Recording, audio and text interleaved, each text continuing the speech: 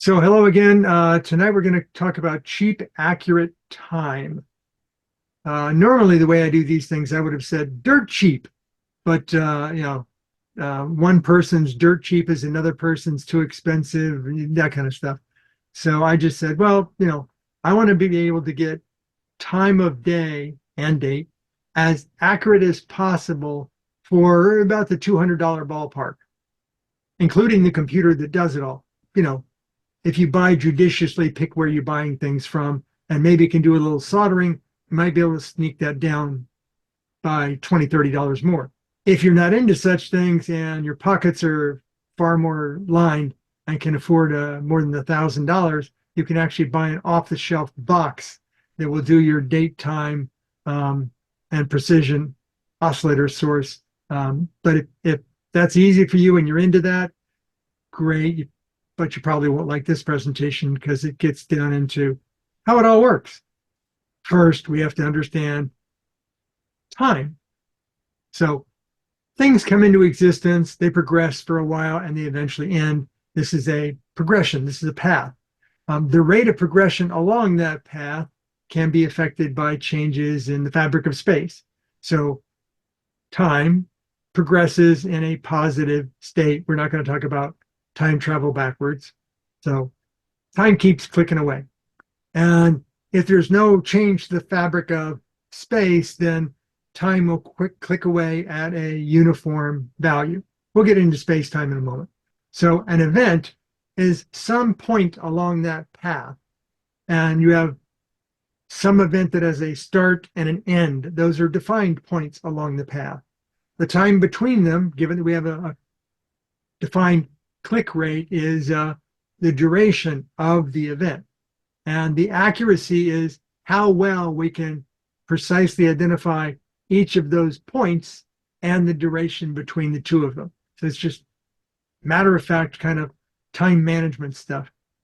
So time is something that we've fabricated to quantify that progressive path and to provide a means of identifying points along it and then changes in it. So we've thrown in, courtesy of Einstein, we've thrown in space-time modification, and now you have space and time. So if I modify the space, if I shape space and I have time, I can change the correction of time. But for our purposes, we'll just think of it as, we'll assume time clicks along at a steady rate, and we'll not get into large gravitational fields for our home computer that is doing time management.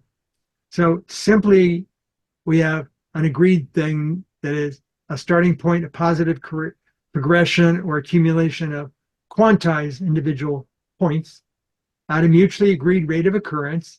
And we're going to acknowledge that the rate can change based upon things, but we'll stick to just non-modified dimensions and say we'll eventually have an end point in time, but the end of the universe is so far off, we're not going to be numerically concerned about that. It'll happen long after most of us are gone. Closer end points are things like, well, we need to be able to measure time and date out to a few billion years, out to the end of the sun, or our potential galactic collision with Andromeda, or maybe the collision of clusters of galaxies. So we need something that is countable to very large numbers. But right now, it just needs to be as large as we need it to be. So we've got this agreed thing called time. It's going to be positive. Our basic rate of occurrence is a second, and then some metric fraction thereof, tens, hundreds, thousands, millions on out. And then we pick a current quantized value. So a point in time, century, year, month, day, hour, minute, second, fraction of a second. And then we have calendar cycles. We have, days and months, month order, and years, and when the year starts. And then we have to do this accounting because our technology is more accurate than Mother Nature. So we occasionally have to do things like leap years and leap seconds. So depending upon your needs, the accuracy of time can be rather coarse. Is it daylight? Is it dark? Is it morning, afternoon, evening, night? If that's all you need, you don't really need a watch. You just need to be able to see the sunlight. If you have appointments you need to keep, Yeah, you might have to deal with those down to, hour, half hour, if it's daily or weekly or annually. You need to deal with recurrences. If you're doing things in industry, yeah, the timing might be a little finer than that, because if you've got things you need to synchronize, like computer networks or mobile phone services or rocket launches, you might want something down into the milliseconds or microseconds. But when you get into research, into scientific research like particle physics, yeah, how fine can I make the resolution? And that's good this year. Next year, I'll need it to be 1,000 times finer resolution. So there are sources of high precision time. The U.S. National Institutes of Science, of Standards and Technology, or NIST, has a WWV, Fort Collins, Colorado. That's a radio transmission. It's 5, 10, 15, 20, 25 megahertz, and it just makes tones. And the guy comes on, computer synthesized voice nowadays, and just announces time of day. You can listen to it, set your watch by it, or you can set your computer by it. But there are even more modern, higher accuracy sources like the Global Navigation System, or in the US, it's called GPS, Global Positioning System. That's what we're going to be using to get our accurate source. Or I need to set my watch. So, I'll watch TV, watch what time TV says, or I'll copy it from my mobile phone. Or if it's closest to the nearest minute, I'll just ask somebody, you got the time? What time is it? The accuracy, the precision of time is really based upon what you want to do with it. But the agreed resolution we have is a second, but then there are fractions of a second. So at the coarser level, we get into, epoch or millennia or century, and then it gets down to year, month, day, hour, minute, second. But notice that seconds are base 10, because that's how we divide things up metrically. But when you get out to minutes, hours, days, it starts to get out into other multipliers like 60 or 60 times 60, sexagesimal. And then you get the day, 24. You could watch a whole YouTube video on why we have 24 hours in a day, because an hour is something we made up. And then years, and then we get back to, base 10, centuries, and millennia. Given the advent of scientific research into physics and computer technology and such, we have finer and finer resolution that we need in order to keep things accurate. It's not to keep time of day that accurate, although it does. It's more a matter of, you want to know when something started, when it ended, and how much time progressed between the two, down to as fine a scale as possible. And so we come up with these further and further subdivisions of time, things that are good for fractions of a second. We're down into hundreds of picoseconds. A picosecond is one trillionth of a second, which sounds like an infinitesimally small value, and it is. But if you roll up picoseconds, you get nanoseconds, and nanoseconds is a billionth of a second, and that's about where you want your computer time of day to be, to get all your celestial stuff tracking. So if you can do something that's in the hundreds of picoseconds accurate, you've got your nanoseconds, because a fraction of a nanosecond is a picosecond. But for some physics, that's just nowhere near good enough, and you get down into the femtoseconds and the attoseconds. And if you've seen some YouTube videos, you'll find that where we're at today in time or chronological measurement sciences, we're at 10 to the minus 18th of a second, and that's attoseconds. Nobel Prize for that one. So like I was saying, what do you want to do with the time that you're going to get? And the latest one is 10 to the minus 18th has a Nobel Prize for measuring things in attoseconds. Now, what moves in an attosecond? When an electron receives a photon and it moves to a further out shell within an atom, the electron moves from one shell to another within hundreds of attoseconds.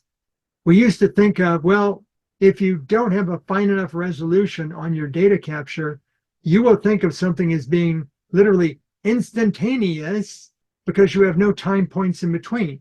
So we thought a photon moves from an inner shell to an outer shell instantaneously, just like it's there and now it's there. Turns out that's actually not the case. It actually goes sputtering along to the tune of hundreds of attoseconds to move from one shell to another. And we actually found out that the time it takes to go from inner to outer is different than from outer to inner.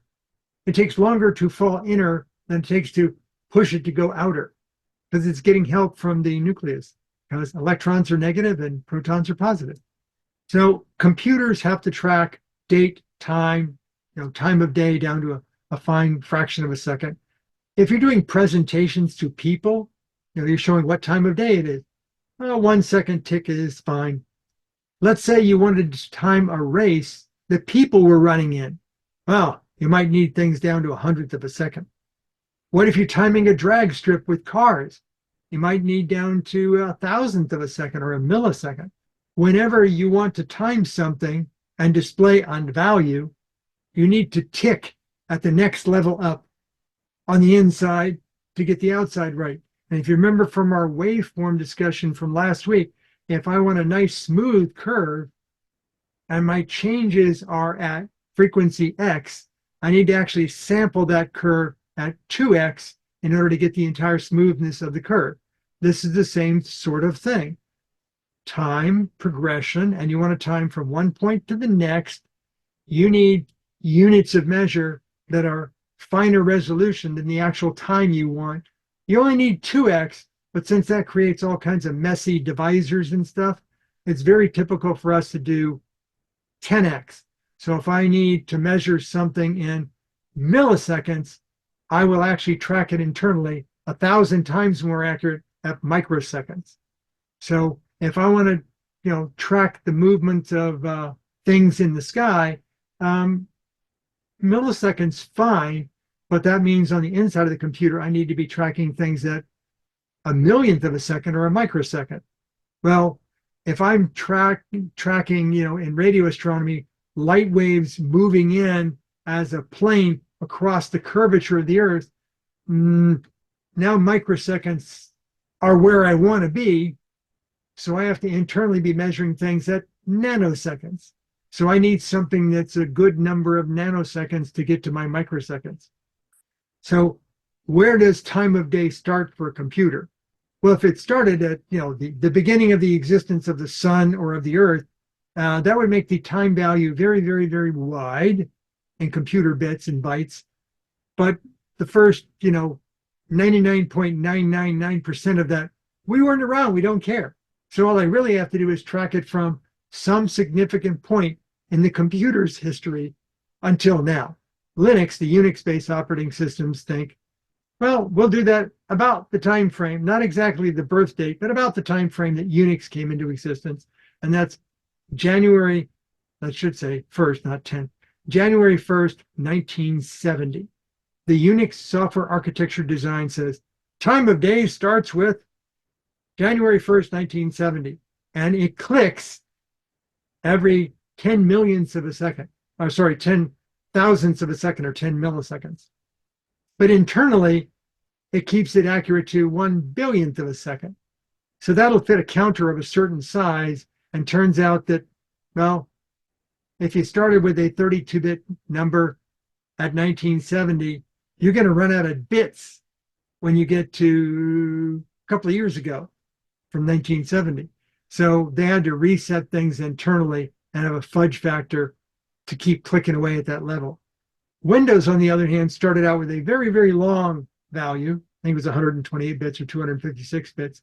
And they click from 1601, the year 1601, January 1st. Now, the significance of that is that's when we flipped from the Julian calendar to the Gregorian calendar. So all time from that point on clicks off at a defined rate with a defined calendar. Plus the internal clock rate that Windows clicks at is different than the one that Unix uses. Externally, they all look the same. They've all got to, eventually click up to seconds and minutes and hours and days and stuff like that. But internally, once you get down below about the nanosecond range, all bets are off and the computers can do different things. And they have to be able to present information in a uniform manner, and there are standards for that. So the way this works is an operating system, let's say, has a 1 millisecond hardware interrupt. So every millisecond, like clockwork, the hardware will interrupt the computer processor, and it'll do its little housekeeping thing of going, oh, one more tick has passed by. It'll add 1 to a counter. And when the counter rolls up to the next higher level, if you're going from milliseconds to seconds, that's probably okay. You can do that at the interrupt level. Oh, but when a second becomes a minute, there may be higher order things you do, like 8:30 p.m. tonight, I need to do something. Well, the do something may be a lot of computer work. So what it will do is internally, it will click the very low counter within the interrupt processing, and as it gets to the higher order numbers where it might have to do a lot more work, it will start off another process running in the computer that runs like a normal task or a normal process, go do the housekeeping of updating software timers or system time of day or the calendar, and it may actually be multiple depending upon the amount of work to be done. So time of day is a small amount of work for a small amount of update, but eventually it will ripple up and you'll have a cascade. But we all know that, hey, there's 24 hours in a day, right? No, there's 23 hours, 59 minutes, and 18 seconds or something like that. And the Earth rotation is not precise. It's nature, it's not precise. So the Earth speeds up and slows down. And so eventually we have to say, well, about every 4 years or so, we need to throw in that February 29th for the leap year. But not all modulo 4. Sometimes, it's modulo 4, but modulo 100 will arbitrarily choose to not add in the February 29th. So it's leap year every 4 years, except some years.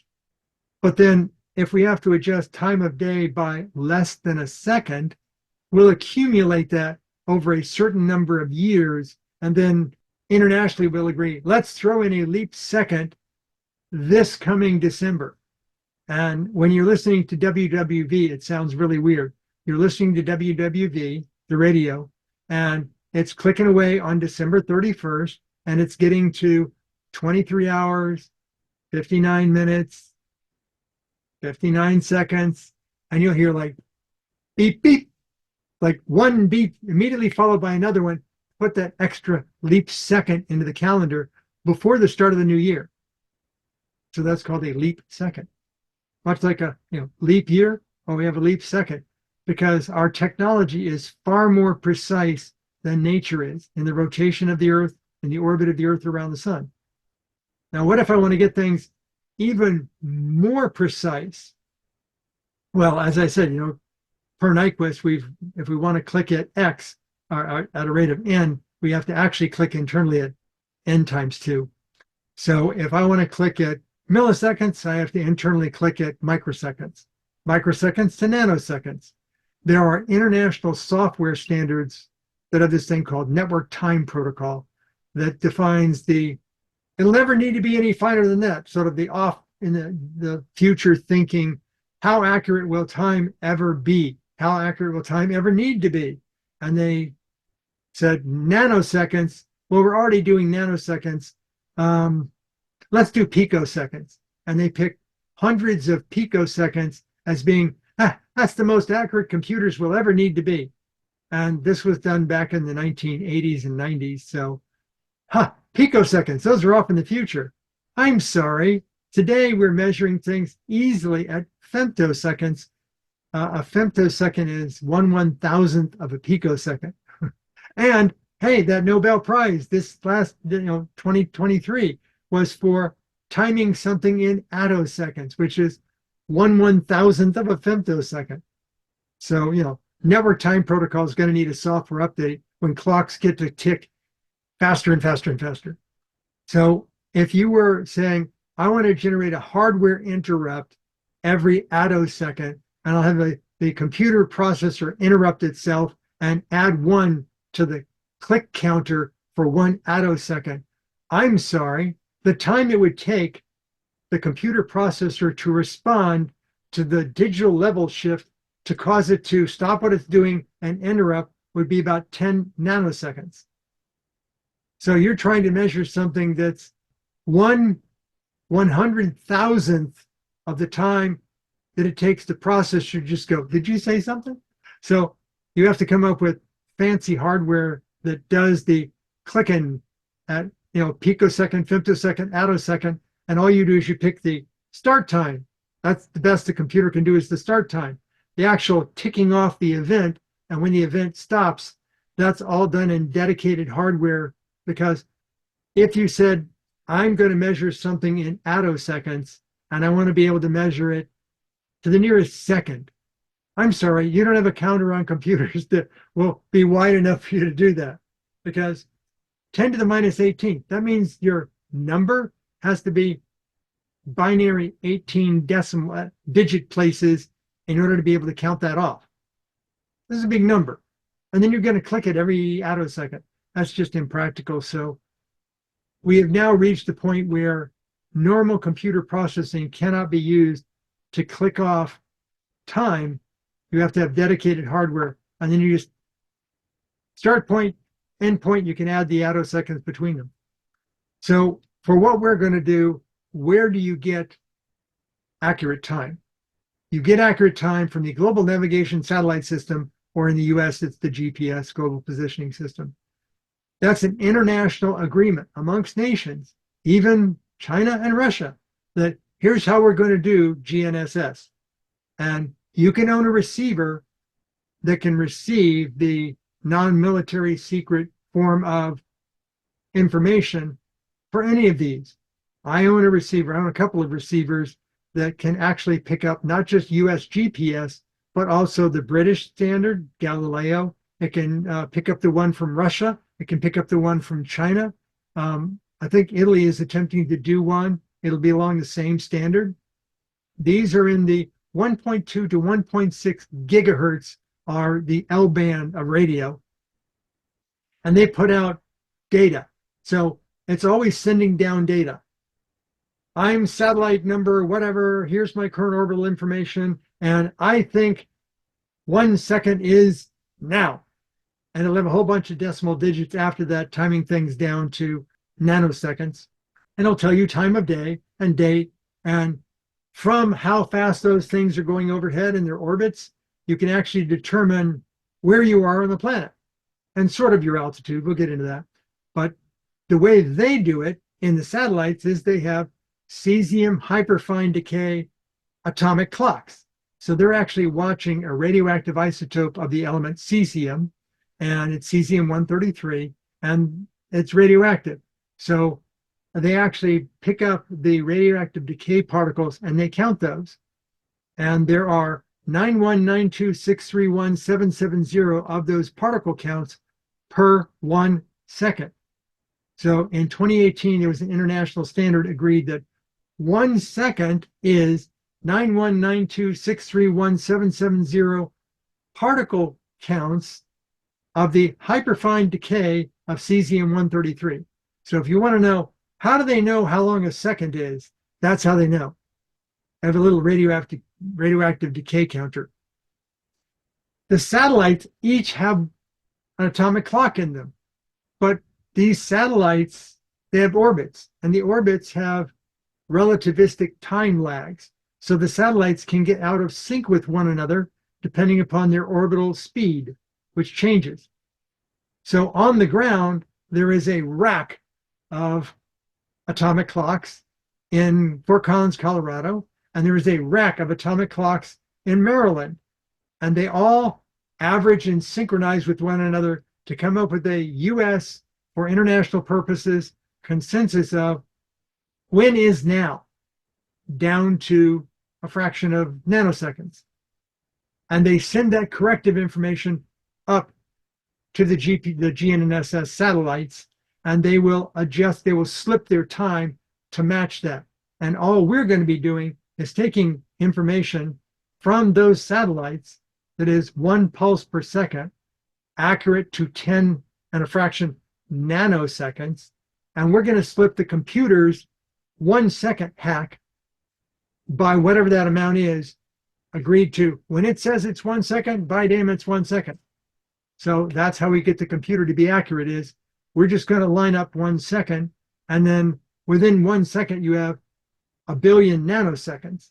So I can time the gap between two 1 second periods down to, we'll get into the inaccuracy of it, but certainly down to the 10 nanosecond level.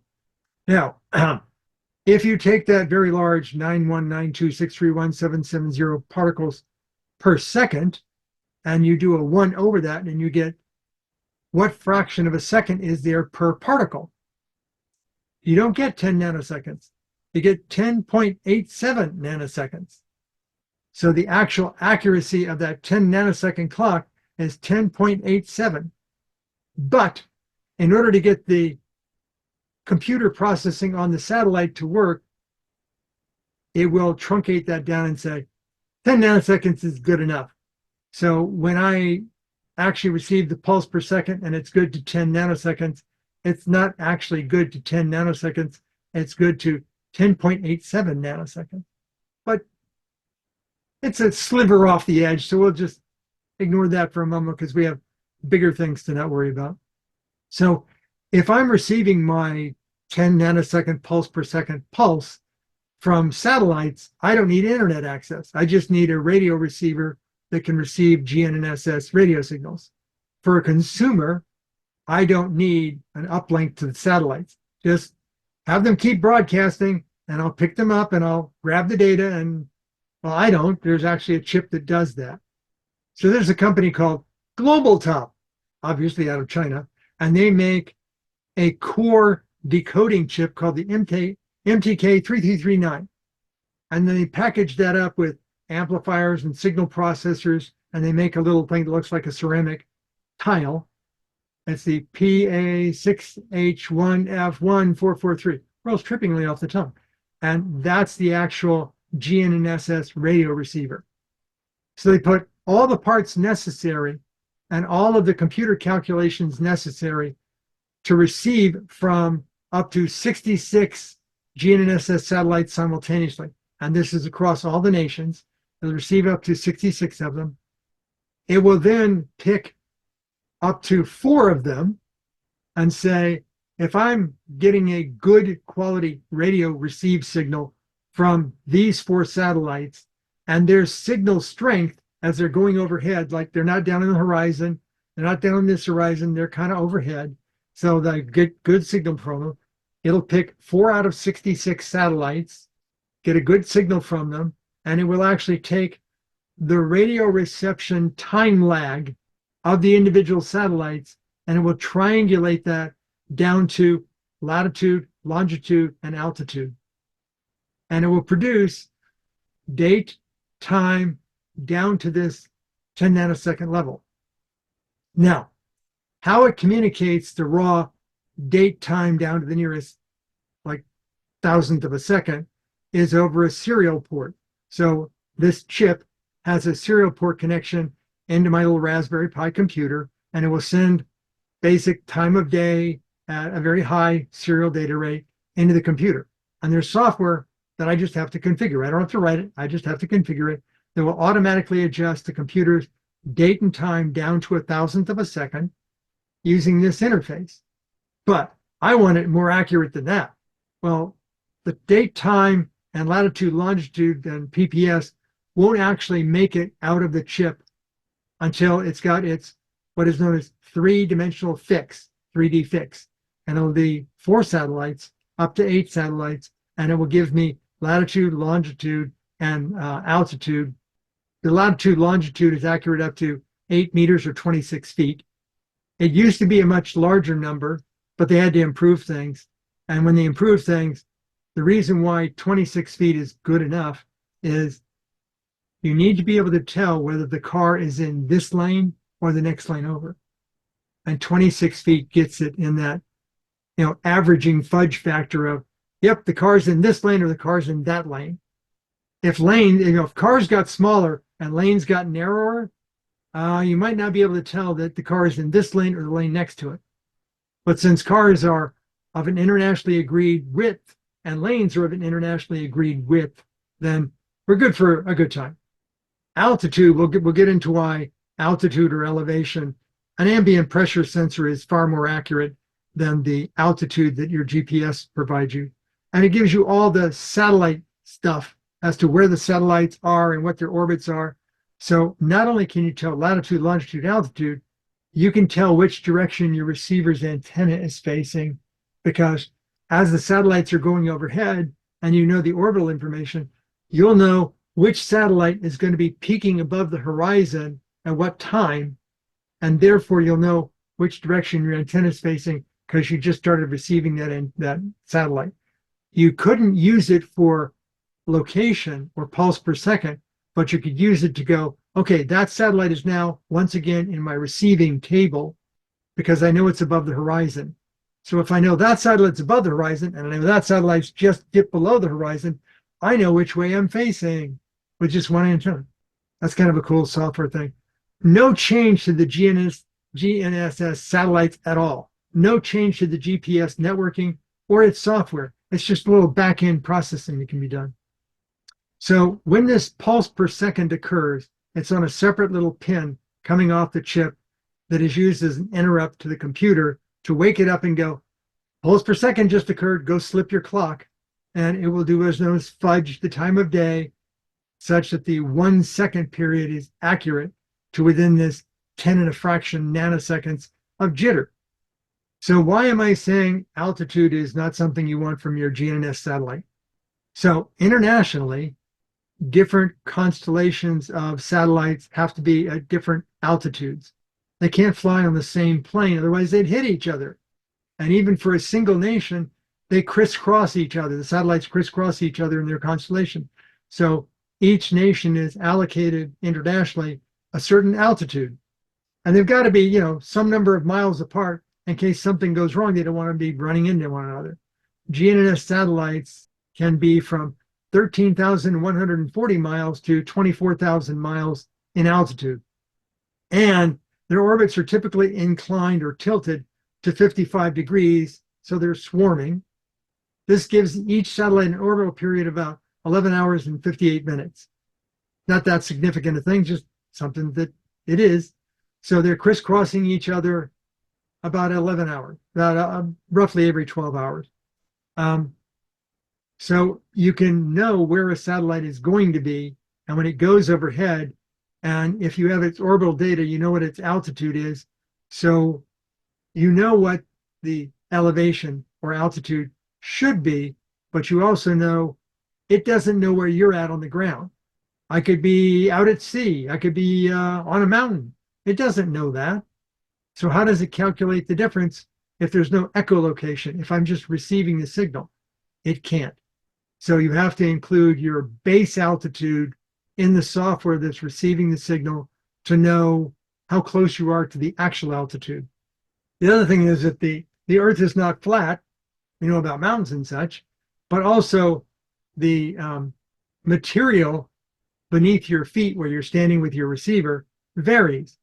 Is it sandstone? Is it granite? Are there metal deposits down below? That affects the gravitational field of the Earth in the location where you're standing. It can be a little stronger, a little weaker. And as the GPS satellites are flying overhead, they actually bob up and down, depending upon the gravity of the Earth. So that's another reason why you have to have them separated by, a number of miles, because they're all the time bobbing up and down as they're going around the Earth. So given the bobbing up and down from the gravity and the fact they have to be at different shells for different countries, and you have different orbital altitudes for different satellites within the same nation's constellation, you can be off by as much as 50 feet. So, if you get your GPS reading and raw, the GPS says, you're at 12 feet below sea level. That's why, because the satellite just bobbed over your location. And when it bobbed, the software in your receiver made a miscalculation, and now you're 12 feet below sea level when you're standing on land. So if you actually want accurate altitude, use a barometric pressure sensor. Now, the other thing is light speed. So the satellite's going overhead. at what is known as a relativistic speed, might be 20 plus thousand miles an hour. So there's going to be a red shift in the radio signal as the satellite approaches you and as the satellite goes away from you. The radio frequency is going to shift.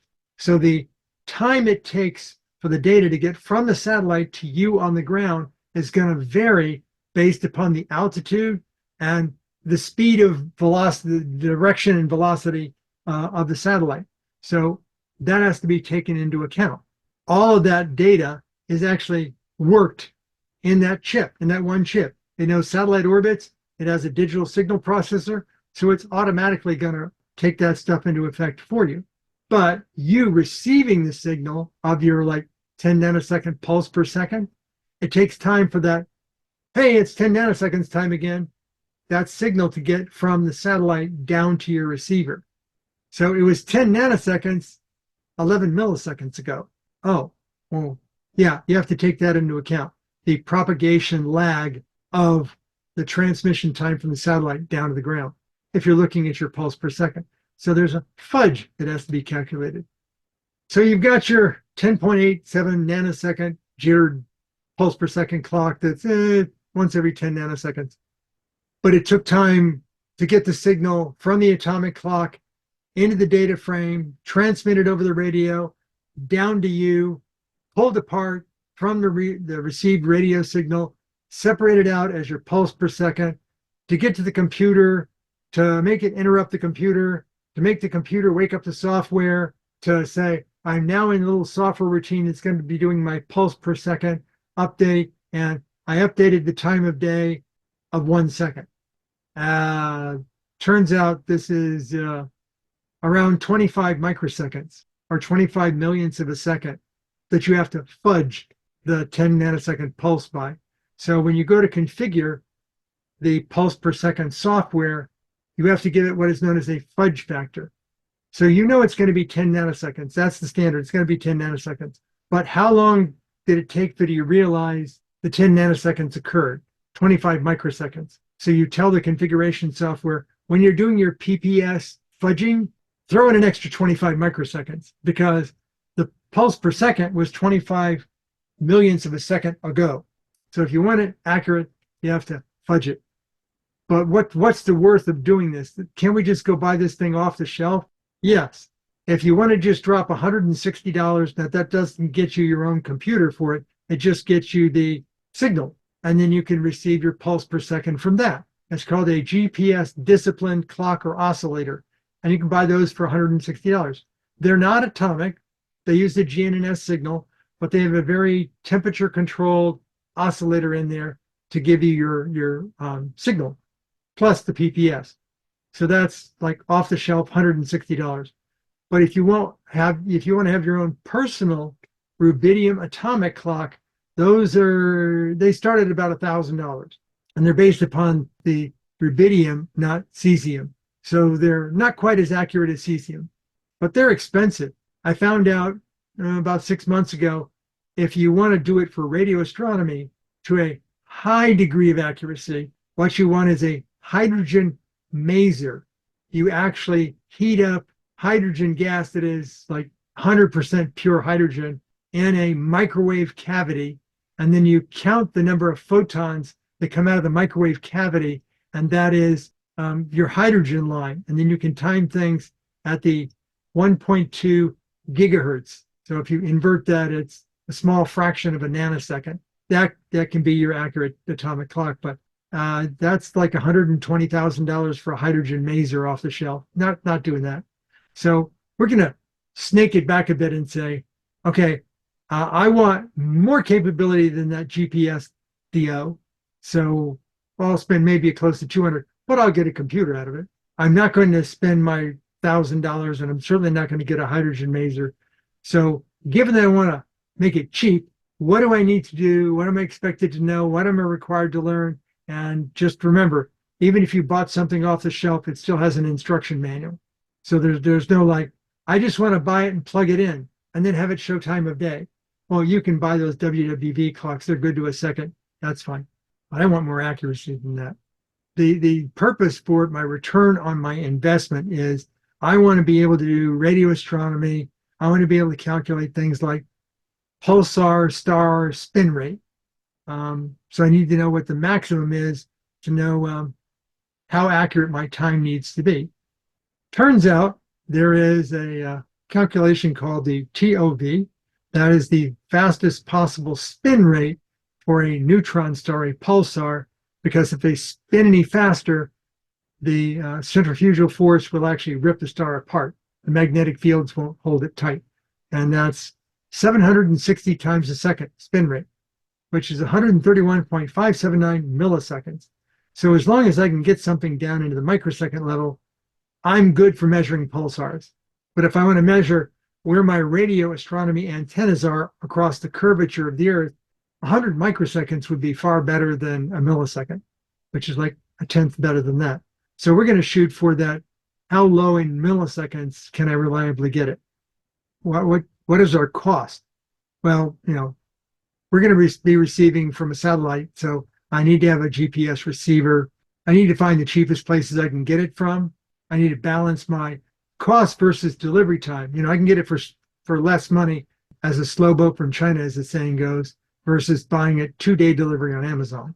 But it's not that big a difference. So what's my instant gratification value? Well, if I don't mind waiting a month, I can save a few bucks. But since I'm buying as cheap as possible, don't expect to get finished goods. I may be buying like a circuit board that I plug things into. So some assembly required. I'm not going to be able to buy over the phone talking to a person. I'm going to have to buy online. The best test of that is buy online at 3 o'clock in the morning. If that's successful, probably okay. If you need support, don't expect to talk or chat with somebody online. If you're a newbie at doing this, if you're not familiar with it, do expect there's going to be a learning curve. And don't expect who made the product or sold you the product to give you a lot of information. And even the consumers out there, a lot of people won't explain things to the level I explain it. They'll just say, go buy this, plug this into that, download my favorite software, and you're good to go. But you don't know what it's actually doing. So I explain things to a greater detail, which means if you need support and I didn't explain it to you, a group conversation with me is probably the best approach. Some assembly required refers to, it's not a commercial appliance off the shelf. You're going to have to deal with, hooking up cables to things. You have to plug in a power supply. If you're setting it up, you have to have a display, a keyboard, a mouse, an internet connection to download software. Some things you might be able to snap together like an enclosure. The pins that connect things together, sometimes you can buy those where the pins are already soldered on the board, so you have to do any soldering. You just press fit things together, but that's going to cost you a little more money. You're actually going to be interfacing with the general purpose input-output pins of the computer. That's where the pulse per second goes in. But sometimes you can buy kind of an off-the-shelf module that you can plug into the computer that has all of the pin mapping done for you, and you just configure it. That's what we're going to be doing. Now, when it comes to the antenna, my GPS antennas are amplified, and they're good enough that I can actually use them indoors through the wooden roof of my add-on, my family room. So I'll be going with that. So I'll need a little adapter cable that goes from the connector that's on the circuit board to a standard antenna connector called an SMA connector. And then I'll have my GPS antenna connect to that. And then I have to, of course, download and install and configure some software. So, if you consider $1,200 to be pocket length, then this is probably not the presentation for you. And if you want to go buy a rubidium atomic clock, enjoy. But if you want to save some money, then you'll have more things to learn. But remember, it's neither rocket science nor brain surgery. And many people on the internet have exceeded the required learning curve. Took them some time, but they do it. And none of the folks that I've known that do this are career degreed in computer science or have IT degrees. And even fewer of us folks have PhDs behind any of this stuff. But you do have to learn how to download and configure a Linux operating system, and how to install and configure the network time protocol software, and how to hook up the PPS fudge and what value to put in it.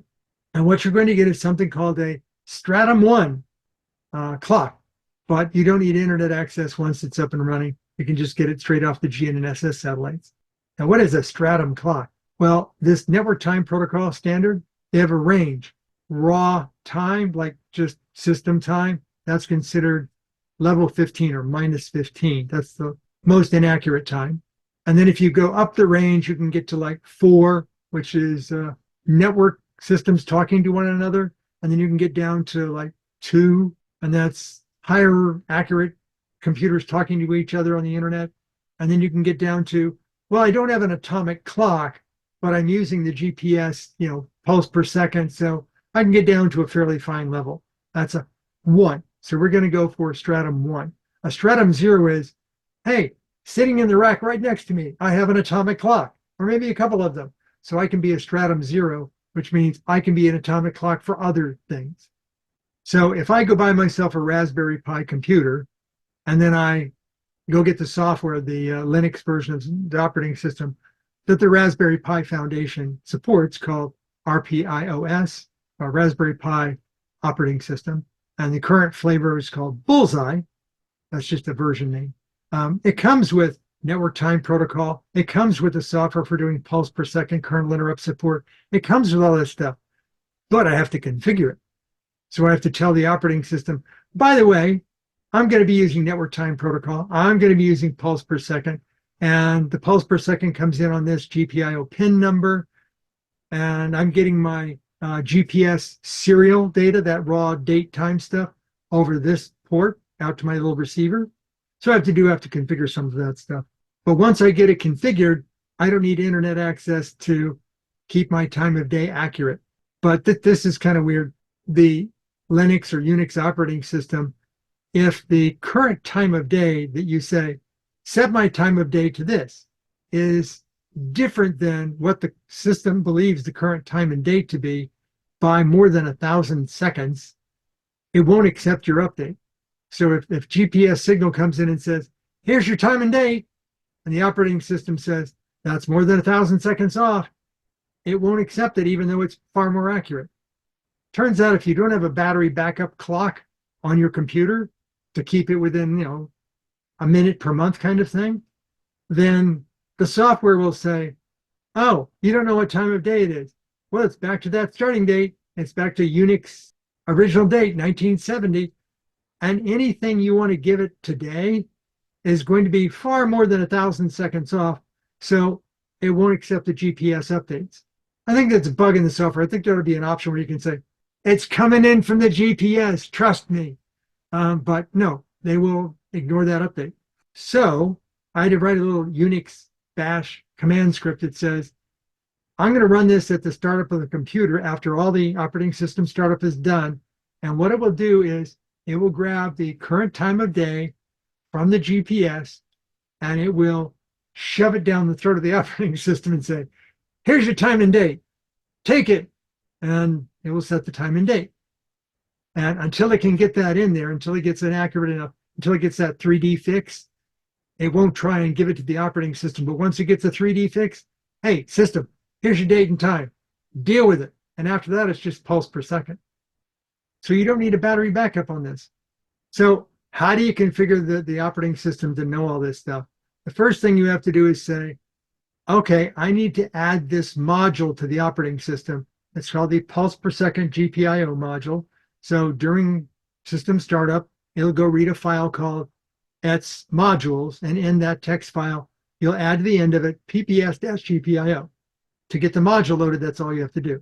And then when the operating system starts up, it will run this pps-gpio, which will say, hey, what pin is the PPS signal coming in on? Well, if you're using a particular piece of hardware that's the radio receiver and that plugs on the computer, it'll be on GPIO pin 4. So you'll tell the operating system, PPS-GPIO, hey, your input's on pin 4. So that's how you tell it that. And when the operating system starts up, the serial port that it's going to be listening to the GPS receiver on, it can be on different named ports. They're all /dev/something, but they can be /dev/ACM0 or serial 0 or whatever. And you don't want all your other software to have to take that into account and be changed every time, move it to another system. So I wrote what is known as symbolic links. So all the underlying stuff only has to deal with GPS0 for the serial port and GPS PPS0 for the pulse per second port. And these two groups of kernel commands will symbolically link it to the physical hardware. So you don't have to worry about stuff like that. So it's what I refer to as an abstraction. So only one thing needs to worry about it. The rest of the system doesn't. We've told the system it's going to be receiving pulse per second, what pin it's on, and all that kinds of good stuff. Now we need to tell the operating system that it's going to get time of day information from this network time protocol. There's a configuration file called ntp.conf. It's a text file. You go in and you edit it, and you say commands, how it's going to behave, how it's going to do time of day. And you start by saying, you know, all that internet time stuff? I'll have none of that. You're going to get two sources. You're going to get the GPS source, and you're going to get the pulse per second, and that will be your time of day. And if you're going to look to line up time of day with whatever you get, it's going to have a step rate of 5 millionths of a second, or 5 microseconds. So the time of day sanity, or the TOS, is going to be minimum. The number is 2. So you will find that your two sources, PPS and GPS, you don't need any more than that. You don't need to go out on the internet. And when you lose time sync and then you regain it, it's going to be lined up to 5 microseconds. Remember we were talking about fudging? Well, the way you configure that within network time protocol is you say, my time server is 127.127.28.0. That tells it you're getting time of day and date time from shared memory between the NTP process and the GPS process. And it will periodically grab time samples from it, and then it will evaluate that. So minimum pole, maximum pole is 4. And now your fudge, when the time is off and it has to realign it, it can be down to 500 nanoseconds. And you'll initially say, well, we're not that great. This is a Stratum 2 clock. And the NTP software will go, you're better than that. You're a Stratum 1 clock. And so it'll actually show you in the display initially, I'm a Stratum 2. And then it will come back and go, oh, I got my pulse per second update. That's a Stratum 1 now. So how you get the pulse per second in there is you put two different things in there. Server, 127.127, notice 22.0, not 28.0. That says pulse per second. And that's for a Stratum 1 clock. So the next thing you have to do is comment out all those internet servers that you might use for normal internet time synchronization. And you have to make it not wait for any other time sources. So you're going to ignore a bunch of interfaces. That speeds up the NTP processing. As I said, nobody's born knowing this stuff on day one. Yeah, I had to learn it. And with this, if it strikes your fancy to learn it or know more about it, then you'll know it too. And no rocket science, no brain surgery, no PhD. So like I said, if the date and time offered by GPS is more than 1,000 seconds out from what the current system time is, it won't accept the input. 1,000 seconds is a little more than 16.66 minutes. That's nothing. So if UNIX by default is going to say, it's 1970 all over again, it's going to need something to coerce it. So that's what I've got here is something that will coerce it. And I wrote a little script file. And here's the script. Once again, nobody's born knowing how this stuff works. But what it does is it says, my time sample is not currently known. And then I'm going to do this big while loop that goes from while to done. So it's going to loop through this. It's going to do a GPS pipe. It's going to get data from the GPS receiver software. And it's going to look at the signals that come in. And it's going to look for the lines of text that start with TPV. That's time variation. So time variation is going to say the status and if it has accurate time and date in it.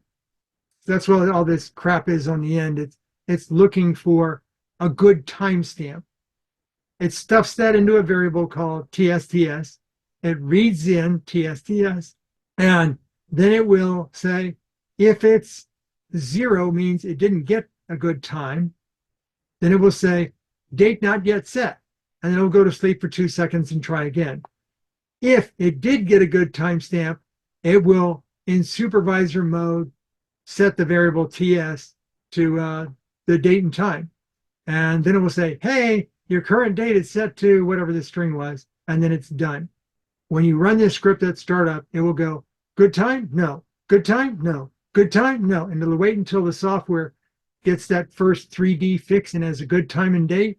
And then it will go, now we can take that value and shove it into the operating system and say, here's your date and time. So if I get all this stuff fired up, how do I know it's actually doing what I expect it to do? And there's a command you can run. Here's the command. It's a while loop. Every 5 seconds, it's going to display the current report out, current status of the network time protocol of the NTP. And if you look in the output, you'll see little things like in the first line, there's a bunch of stuff. If you see sync UHF radio, that means it's getting its date time information from the GPS receiver, the radio. Further down in the report, you want to look to see if ref ID is either SHM or GPS, preferably SHM. That says NTP is getting the data via the shared memory interface. Once it gets the data, if it likes the data, then you'll see ref time equals set to the current date and time, not 1970. If you look down further, you'll see something that says ref ID. If ref ID says init, then you need to make sure that coercion script is run because it's not accepting your accurate time. I don't care how accurate it is. Once it accepts it, you'll see lines down at the bottom of the display below, like an equal sign bar, and it'll tell you your servers. And you'll have two servers, the one for GPS and the one for PPS. And on the left side of the identifier for those servers, you'll have either an asterisk or an @ sign. If you have an asterisk, it means that's the server time of day is currently using. If it becomes an @ sign, that's what is known as its tattletale. That's not only date and time down to a fine degree, that's also what it uses to synchronize itself. That's the PPS synchronization. So that's what you're looking for, is you're looking for sync UHF radio, you're looking for a ref ID to be SHM, and you're looking for a ref time to be current date and time. And then you're looking for either an asterisk or an @ sign as the tattletale for the server that's picking up the date and time. And when you get all those ducks playing correctly, you'll look over on the right-hand side of that server line, and you'll see that it'll say 0.010, which means it's synchronizing its time of day to within a jitter of 10 microseconds. 10 millionths of a second, folks. So the operating system we're using is not a real-time operating system. It won't click off things reliably at the same time every time to a very fine precision. It will occasionally have better fish to fry. It'll go off and like, I'm going to lock out all the processing of all the software in the system. I'm going to go run something that's only for the benefit of the operating system. And you're not going to run while I'm doing that because I don't want to be bothered with you interrupting me. So it will lock out interrupts, it will lock out processing, and it will go do some housekeeping for the operating system. And it does that about once every 5 minutes. And the amount of time it takes to do that is about a millisecond. So that will skew your date and time by about a millisecond every 5 minutes. And that's not great. So the PPS will get out of sync every 5 minutes by 500 microseconds. And then the very next tick that comes in, it will realign itself back to current time of day. And the way you can see this is if you look at the NTP fine grain of its precision, it will go from -20 on the precision, which is an accuracy of 950 nanoseconds, to a precision of -19, which is 1.09 microseconds, which literally says when that pause came in, it was so close to being right on the next tick, it was within microseconds of it, that when it finally got let loose and it could tick, the tick was right there and it realigned itself. So it was never that far off. It was just far enough off to lose sync for one tick. And then on the next tick, it gets it in. So think of it as you can do whatever observations you want for a full 5 minutes and have very precise time and date. And at 5 minutes, you're going to go out of alignment for one tick and then go back into alignment. Think of it like the Hubble Space Telescope goes around the Earth. If you want to point at some distant object, you got to stop observing when it gets behind the Earth, and then you can start observing again when it gets out in front of the Earth. So when you see these things like the Hubble Ultra Wide Deep Field or something like that, we've been doing this observation for the 30 consecutive, 30 continuous days. No, it's 30 consecutive days, not 30 continuous days, because on every orbit, which is about every 90 minutes, you had to stop observing because the Earth got in the way. So even fancy science instruments occasionally have their observing windows where they can collectively do things, but instantaneously there may be a smaller amount that they can actually do the observing. And this is the same thing. At the 5 minute click mark, you'll get 5 minutes, and at the end of it, you'll lose sync by 950 nanoseconds. And then on the very next tick, which is 10 nanoseconds later, you'll get back in alignment. So every 5 minutes, you'll have this window of about 5 minutes where precision is yours. So here's what it takes to implement. This is a Raspberry Pi 02W single board computer. It runs at 1 gigahertz. It has a half a gigabyte of RAM, and it has USB connectors and stuff like that. It also has Wi-Fi and Bluetooth, and it has a MicroSD card slot. Holds up to 32 gigabytes of flash memory and all this other stuff. You can buy them with the pins. You see the holes on the right. You can buy them with the pins already soldered in, or you can buy them without the pins for like $5 cheaper. If you've got a soldering iron, say $5. If you don't have a soldering iron, you're going to be spending $5 because once you have the pins there, the board's just sandwiched together. You need a power supply for it. Now, since you're going to be hooking this thing up to the internet to get the software downloaded onto it, or to be able to talk to it from like your Windows computer to it, then you need a USB hub that has an Ethernet port on it. You need a flash card, a little, flash chip, a little tiny chip. That is its storage memory. That's where the operating system and stuff goes. When you're first setting it up, you're going to need a keyboard and a mouse and a display that you can plug into it. If you've got a computer that has an HDMI display, you're probably going to be able to just get a cable and plug that in. You'll need internet access for downloading the software, but once you have everything installed and configured, you won't need the internet anymore for this computer, but you'll need that script to be able to coerce date and time. So here's our receiver. You can see it has rows of pins on the right side there. So if you have the pins sticking up on the computer board and you've got the sockets on this receiver board, you can just sandwich the two of them together and there's no soldering needed. But if you don't have the pins on the computer board, you need to solder those in. And then up in the corner, there's a little square up there that looks like a little gold. Not the silver one, that's for a battery. And the tan-edged thing, that's actually the GPS receiver chip. And the little thing up and to the left of it looks like a little white square. That's the tail end of a cable. It's called a micro-FL connector. That's your antenna connector. And then it comes out on this little adapter to an SMA connector. And then you have the GPS antenna, and it's got an SMA connector. And it actually pumps out 3 volts over this wire to power the amplifier that's built into the antenna. So that's your GPS receiver. If we have the computer, the receiver, the software, we configure it, we can get a highly accurate clock that we can use for its own purposes on that computer, or we can actually distribute that time in our own home network, if you have a home network with multiple devices on it, without having to worry about internet access to get correct time of day. And that end product is about $200. If your pockets are deep, you might be able to buy things somewhat pre-assembled. It also provides you your latitude and longitude and sort of altitude. If you use this with the GPS satellite receiver and you use the coercion script to force the date time to be accurate on the computer, then you don't need battery backup on the computer's time of day clock. You don't need a GPSDO, and you don't need a rubidium atomic clock. But they're out there if you want to be into such things, or at least look at them. The downside of your rubidium atomic clock is Cesium has, it doesn't dirty itself, so to speak. Rubidium, its decay actually carbonizes the inside of the tube where the rubidium source is.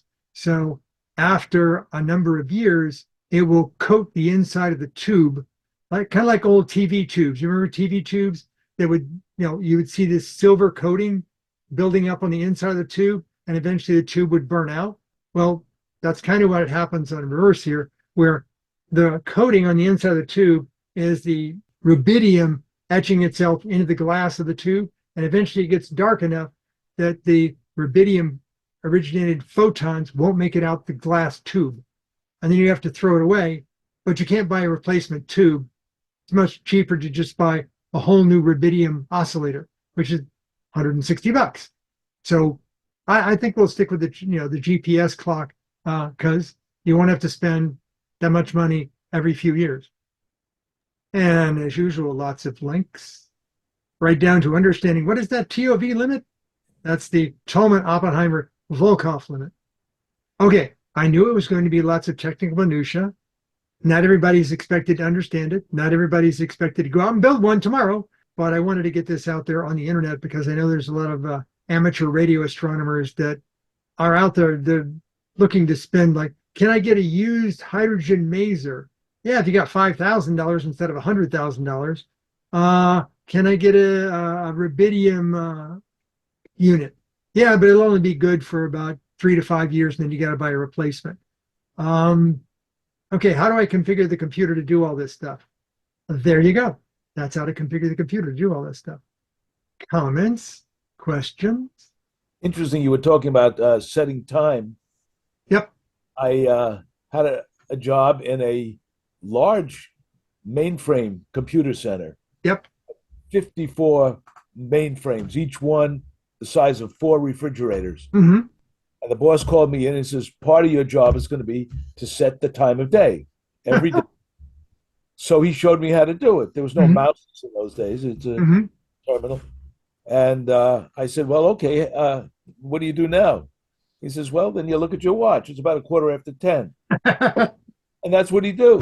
I couldn't over that. Okay. Okay, for data processing, if you're running like billing systems and stuff back in the day of mainframes, that was good enough. That was good enough.